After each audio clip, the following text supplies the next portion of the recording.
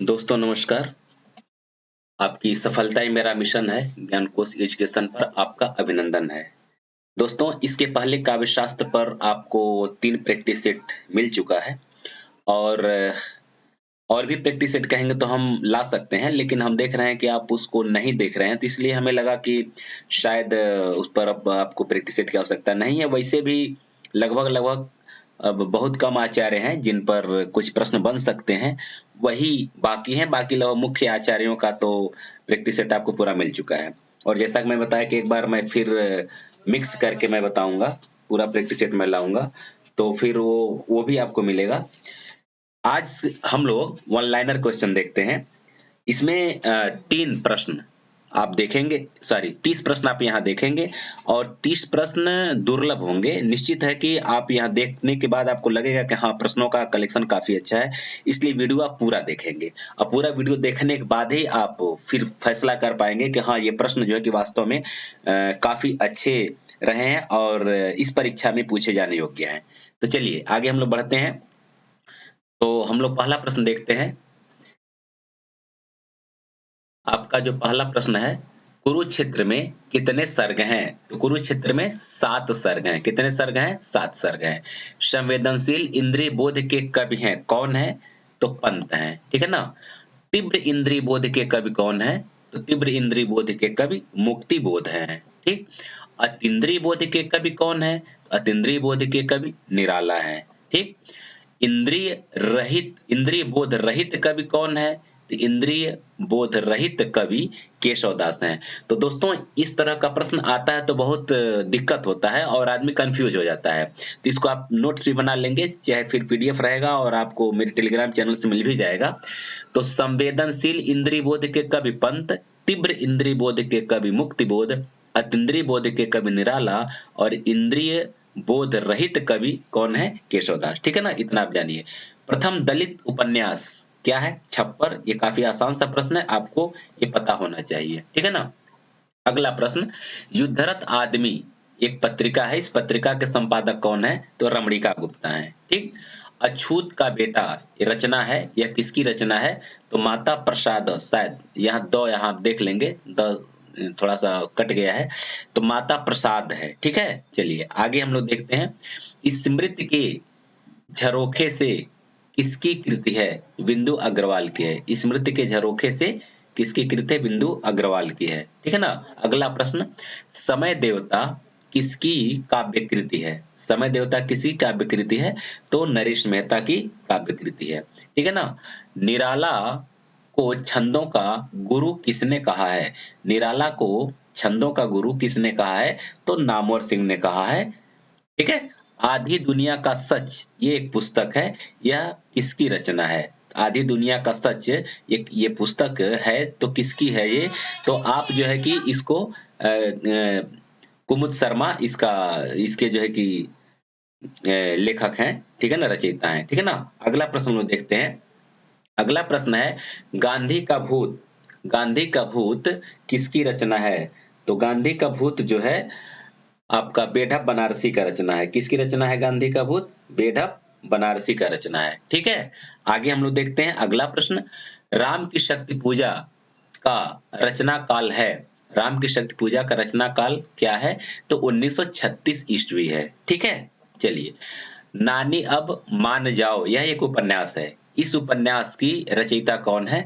तो कृष्णा अग्निहोत्री हैं, ठीक है ना। नानी अब मान जाओ इस उपन्यास के रचयिता कृष्णा अग्निहोत्री हैं।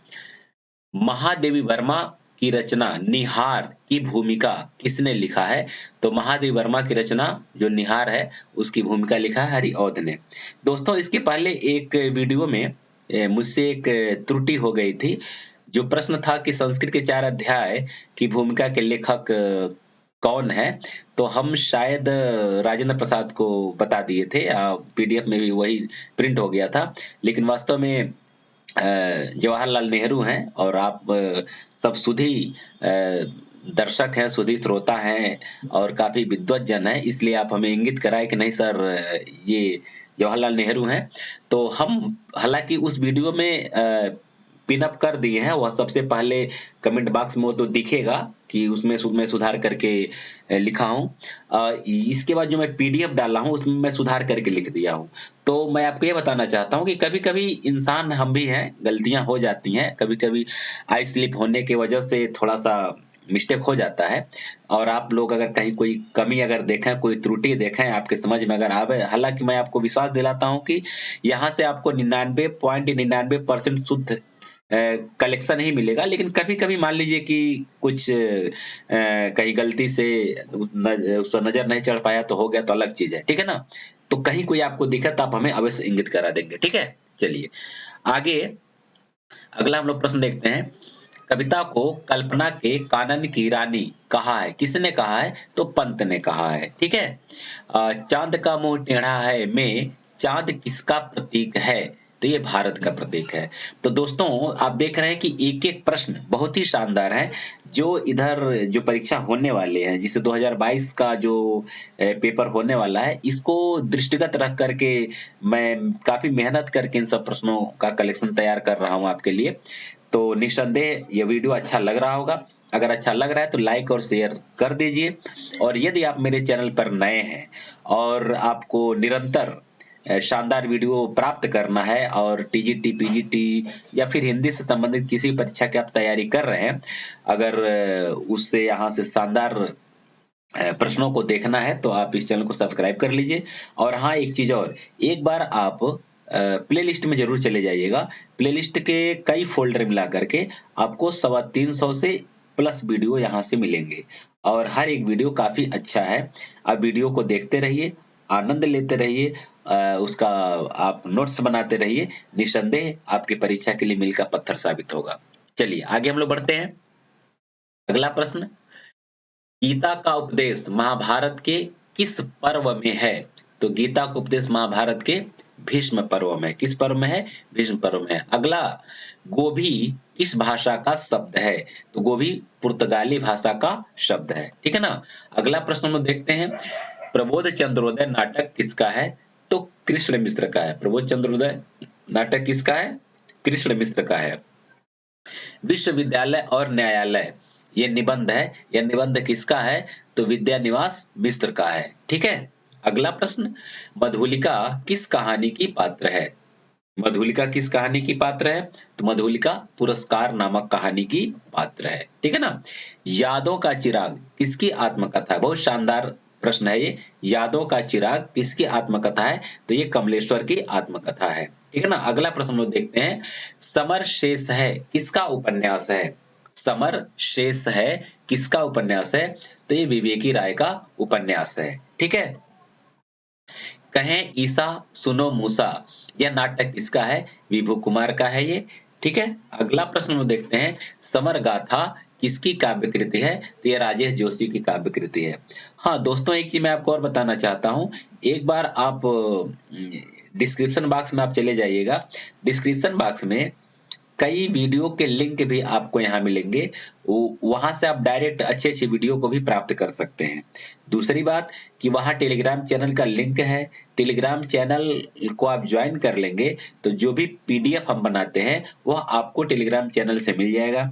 वहां से आप चाहें तो प्रिंट आउट निकलवा सकते हैं अथवा वहां से डायरेक्ट आप अपनी तैयारी भी कर सकते हैं। तो यानी कि कई एंगल से मैं आपकी तैयारी करवा रहा हूँ। आप, और ये टोटल सब का सब फ्री ऑफ कास्ट है। जैसा कि आप जान रहे हैं कि वीडियो बनाने में काफी मेहनत लगता है, परिश्रम लगता है, फिर भी आपके लिए हम ये सब कर रहे हैं ताकि आपकी सफलता ही हमारी पहचान बने, ठीक है? चलिए आइए। अर्धांगिनी कहानी किसकी है? अर्धांगिनी कहानी शैलेश मटियानी की है। किसकी है? शैलेश मटियानी की। एलिस किस नाटक की पात्र है? एलिस एक पात्र है, तो किस नाटक की पात्र है? यह चंद्रगुप्त नामक नाटक की पात्र है। हिंदी का प्रथम दैनिक समाचार पत्र क्या है? तो हिंदी का प्रथम दैनिक समाचार पत्र सुधा वर्षण है, ठीक है ना? तो चलिए आज हम लोग इतना ही। वीडियो अगर अच्छा लगा हो तो लाइक कर दीजिए, शेयर कर दीजिए और आप मेरे चैनल पर नए हो तो आप इसको सब्सक्राइब कर दीजिए। और दोस्तों, हमें आप कमेंट करके अवश्य बताएं कि आपको प्रैक्टिस सेट चाहिए या वन लाइनर क्वेश्चन चाहिए। क्योंकि जैसा आप चाहेंगे उसी हिसाब से, माने आपके डिमांड के हिसाब से मैं यहाँ से वीडियो आपको दे सकता हूँ। तो अभी तो इधर मैं लगातार हालाँकि इधर नए इधर इस दौर में क्या नाम है 8 प्रैक्टिस सेट आपको दे चुके हैं, लगभग पिछले हफ्ते से लगातार आपको प्रैक्टिस सेट मिल रहा है। हालाँकि अगर टोटल प्रैक्टिस सेट की बात किया जाए तो प्लेलिस्ट में आप जाएँगे तो कम से कम 70-80 प्लेलिस्ट सॉरी वो तो आपको प्रैक्टिस सेट मिल ही जाएगा लगभग, मुझे लग रहा है, गिना तो नहीं हूँ लेकिन कम से कम 50-60 से कम नहीं मिलेगा, ठीक है ना? और प्रैक्टिस सेट आपको निरंतर मिलता भी रहेगा। तो आप हमें बताएँगे वन लाइनर क्वेश्चन चाहिए या प्रैक्टिस सेट चाहिए? प्रैक्टिस सेट चाहिए तो मिक्स चाहिए या फिर किसी एक टॉपिक पर स्पेशल प्रैक्टिस सेट चाहिए? जैसा आप कहेंगे उसी तरह का आपको यहाँ से प्रैक्टिस सेट मिलता रहेगा। और वैसे आप जिस तरह से चाहेंगे उसी तरह से ये काम होगा, ठीक है ना? तो मर्जी आपकी, आप जिस तरह से कहेंगे उसी हिसाब से होगा। प्रैक्टिस सेट कहेंगे तो प्रैक्टिस सेट आपको मिलेगा और अगर आप वन लाइनर क्वेश्चन कहेंगे तो वन लाइनर क्वेश्चन आपको मिल जाएगा, ठीक है ना?